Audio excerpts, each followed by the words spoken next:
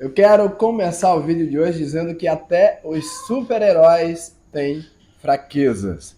Eu gosto de usar a palavra suscetibilidades, mas para ir direto ao ponto, ficar de fácil assimilação, de fácil compreensão, a gente já vai evitar algumas palavras aqui, tá? O que eu quero dizer com isso é que, se é que é verdade essa premissa de que até os super-heróis têm fraquezas, é bem possível que você, como ser humano falível, também tenha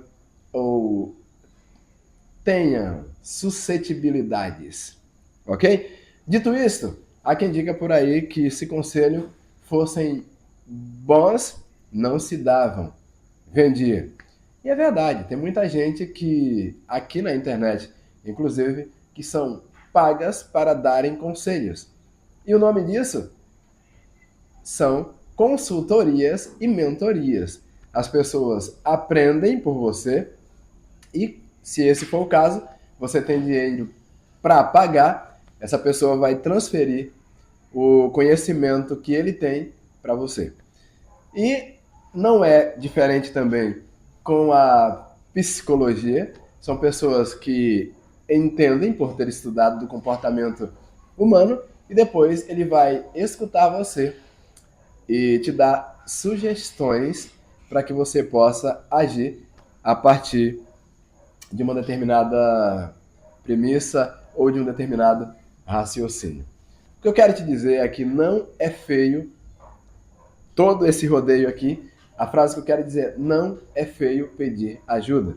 E esse insight me veio exatamente quando eu li essa frase.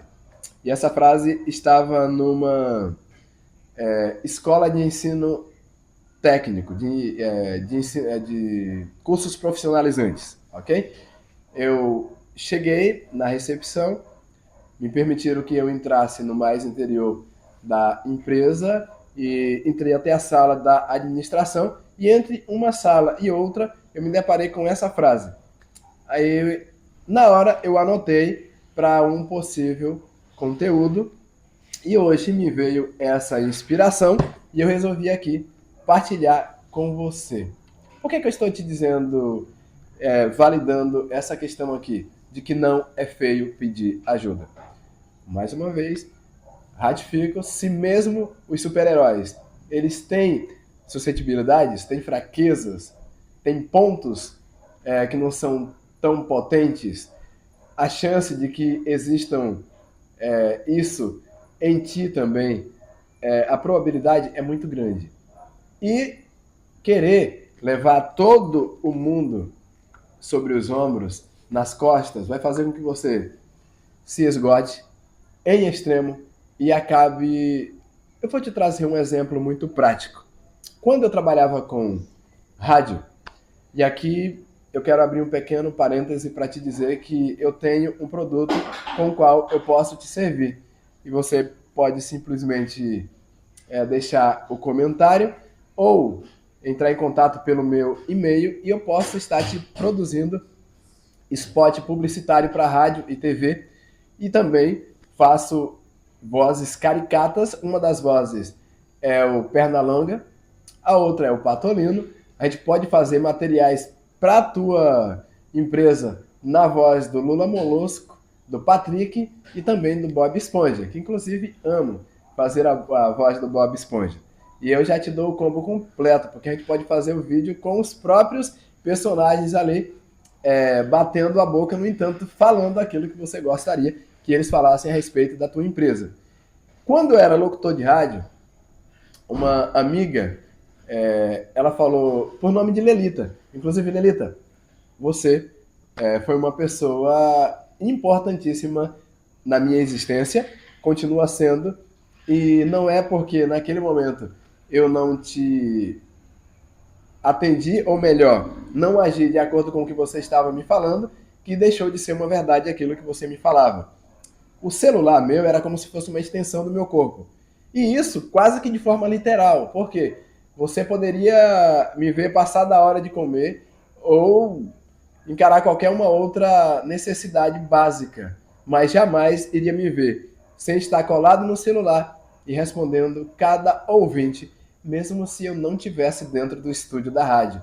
E ela um dia me disse o seguinte: por que que tu é tão ligado ao celular? Porque a minha filosofia era: eu levo tão a sério o meu trabalho que eu não sou apenas um profissional quando estou dentro do estúdio. Lá apenas começa a minha relação com as pessoas. Quando eu saio de lá, eu continuo me relacionando com elas, e era assim que eu via a coisa. Para você ter uma ideia, algumas pessoas chegaram a me chamar de psicólogo, e eu brincava: seu psicólogo não credenciado está à sua disposição, porque eu tinha uma boa vontade de tentar ajudar as pessoas. E aí eu não vou, claro, por questão de descrição, citar nome de pessoas aqui, mas entenda que até hoje eu me lembro de uma ouvinte em específico, e ela era inclusive de um bairro chamado Maicá. Ela me chamava: e aí, psicólogo? E aí eu brincava: aqui está à sua disposição o seu psicólogo não credenciado, para que eu não possa estar entrando aí em contradição com relação aos princípios das leis vigentes em nosso país. Essa era a verdade. Mas o que eu quero, o ponto onde eu quero chegar é que a minha amiga Lelita, ela diz: olha, não tenta, principalmente porque você não estudou, não se preparou para isso. Inclusive hoje eu tenho uma amiga que é uma psicanalista, e ela dizia: por que você não opta pela área da psicologia, uma vez que você parece muito mais psicólogo do que locutor? E era legal ouvir isso aí. Só que, para não enrolar mais, para você não ficar impaciente comigo, chateado, a Lelita me falou o seguinte: você não se preparou, não estudou para isso, e você não vai segurar essa onda de tentar 24 horas por dia estar tentando se colocar à disposição dos teus ouvintes. Entenda que eles são teus ouvintes quando você está lá no estúdio da rádio. Passou disso aí, você pode encará-lo como qualquer uma outra pessoa, menos como ouvinte. Você não está fazendo programa de rádio 24 horas por dia, então não tem que atender todo mundo de forma tão imediata. Isso vai te trazer uma sobrecarga emocional. Entenda que no momento eu nem levei tão a sério quanto deveria. E logo, posteriormente, e eu nunca, de verdade, eu só parei para refletir a respeito desse assunto nesse exato momento em que estou gravando esse vídeo, me veio esse insight de acabar passando por uma situação de depressão. E para quem me conhece no dia a dia e sabe que eu estou sempre, ou quase sempre, esboçando um sorriso, acaba que não acreditando que eu passei por situação de depressão. E passei. Foi por um curto período? Sim. Mas durante 30 dias eu não tinha a menor vontade de acordar para a vida. Eu não dormia quando deveria dormir e ficava sonolento quando deveria permanecer acordado. Então, essa depressão foi fruto desse esforço exacerbado ou exagerado em tentar, talvez, levar sobre os ombros um sobrepeso, uma carga que eu não tinha condição de levar. E isso vale para todas as áreas da vida. Isso vale para a vida conjugal, vale para a vida profissional, vale para a vida social, por que não? Vale para a questão dos estudos. Você não é onipotente. Em alguns aspectos da tua vida, tu tens suscetibilidade, tu tens fraquezas. E para isso, tem coisas que você não sabe. E quando você não sabe, por não saber de tudo, o que seria o correto? Procurar alguém que sabe. Entenda que isso é muito óbvio, mas às vezes não compreendemos. Por estarmos necessitados de conversar com alguém, você acaba, às vezes, se abrindo com pessoas ou pedindo conselhos para as pessoas mais próximas. E as pessoas mais próximas nem sempre constituem-se as pessoas mais preparadas para algum tipo de controle, de conselho. Você está me compreendendo? Caso não, deixa aqui. Mas se você está exatamente compreendendo a minha mensagem, por favor, esse é o momento que eu gostaria que você deixasse aqui também o comentário.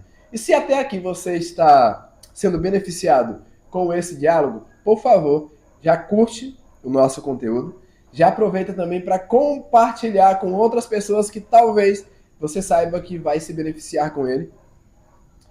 Já aproveita para nos seguir, para que assim essa comunidade possa ser uma comunidade tão forte quanto eu espero que seja. Quando, em que momento?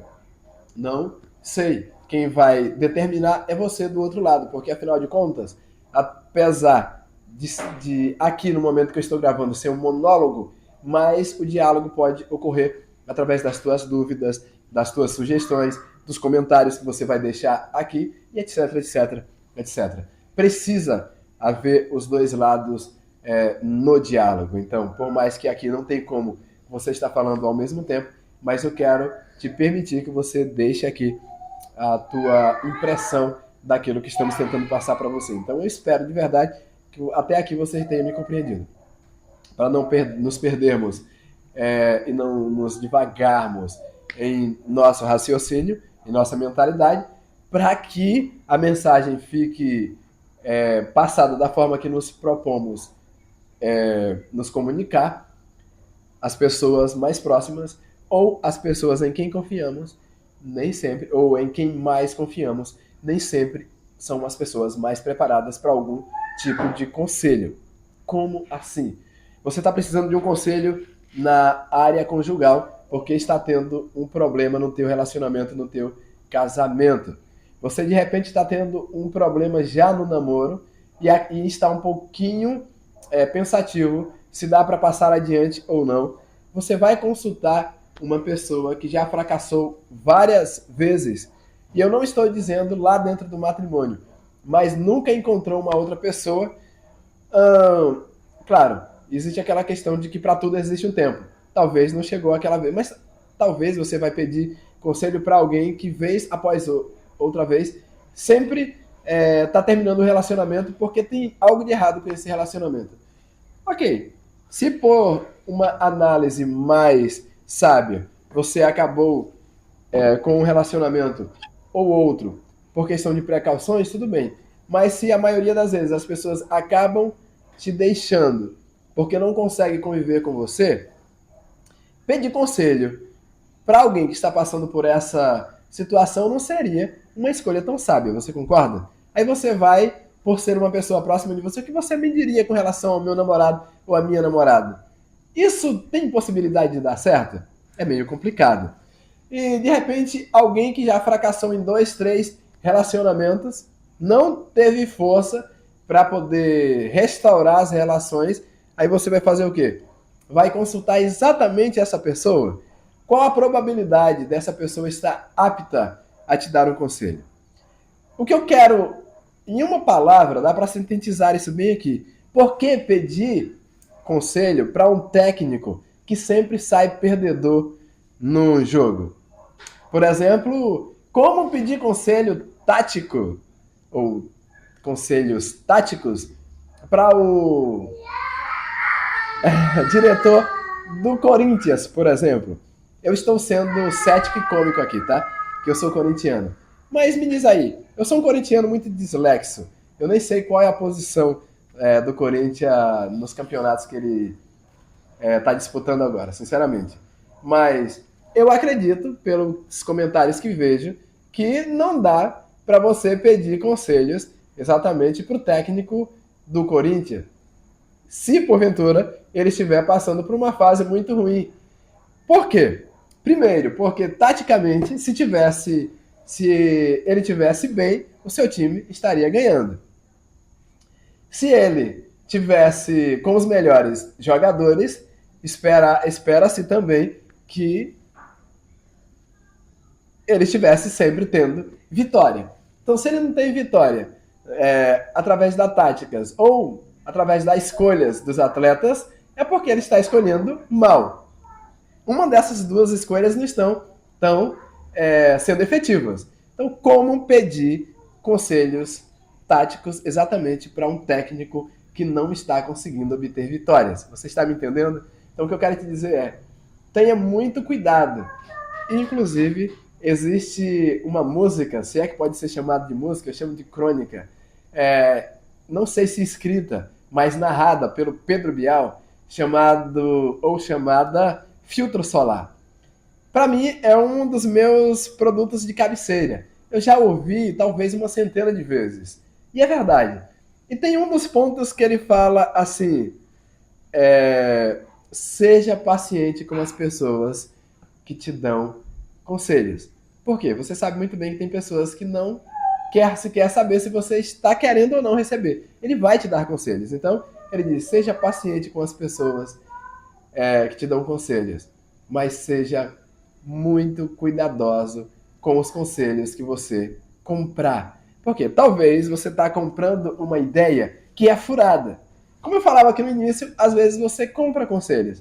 Quando você paga uma mentoria, você está pagando para que aquela pessoa te aconselhe da melhor forma possível. Mas toma muito cuidado com aqueles conselhos que te são oferecidos, tenha paciência e muito mais critério para você comprar um conselho, ok? Porque de repente, se você acata um conselho mal dado ou recebe um conselho de alguém que não está apto a te dar um conselho, você pode estar colocando o teu próprio pescoço na guilhotina. Então, amigo, presta muita atenção, cuidado.